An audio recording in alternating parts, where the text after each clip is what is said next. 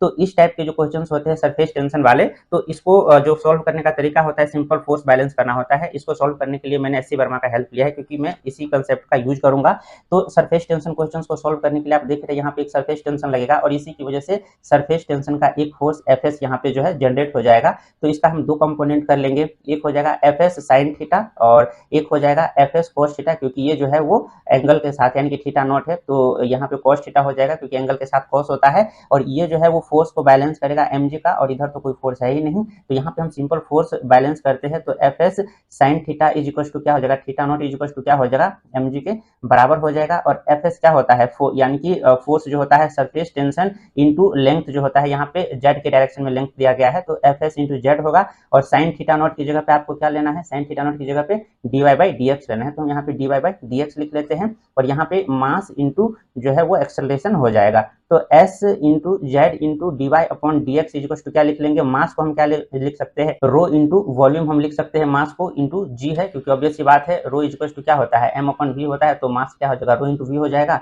तो s into Z D Y upon D X equals to क्या हो जाएगा, रो की जगह पे तो ऐसा ही रो कांस्टेंट हो जाएगा, जी भी कांस्टेंट है, और यहाँ पे वॉल्यूम जो है वो चेंज होगा तो वॉल्यूम को हम अलग से लिख लेते हैं। Again s into Z D Y upon D x is equal to rho into g, और वॉल्यूम क्या होता है आपने 10th क्लास में पढ़ा होगा,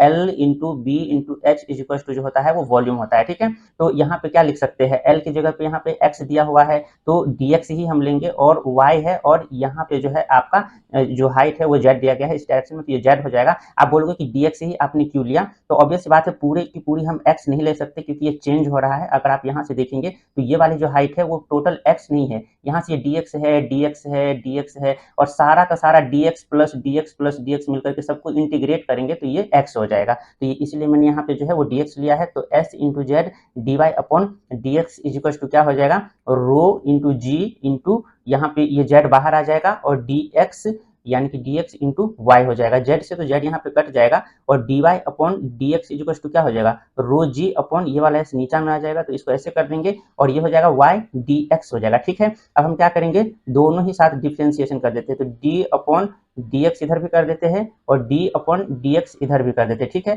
तो अगर यहाँ पे हम इसको इंटीग्रेशन किए हुए हैं, सॉरी यहाँ पे इंटीग्रेशन आएगा क्योंकि एरिया होता है ना, एरिया इंटीग्रेशन के टर्म में आएगा, तो यहाँ पे डबल डिफरेंशिएशन हो जाएगा, तो d, तो यहाँ पे D square Y upon D X square हो जाएगा, डबल डिफरेंशिएशन, और यहाँ पे रो जी अपॉन एस, और डिफरेंस ये पहले से इंटीग्रेशन और पीछे डिफरेंशिएशन कर दिए तो ये आपस में जो होता है वो कैंसिल कर देता है, तो यहाँ से जो है वो एक y बच जाएगा, और इस हिसाब से आपका जो सेकंड ऑप्शन है वो करेक्ट हो जाएगा। डायमेंशनली हम इसको नहीं कर सकते क्योंकि डायमेंशनली जो है वो चारों के चारों ही ऑप्शन करेक्ट हो रहा है।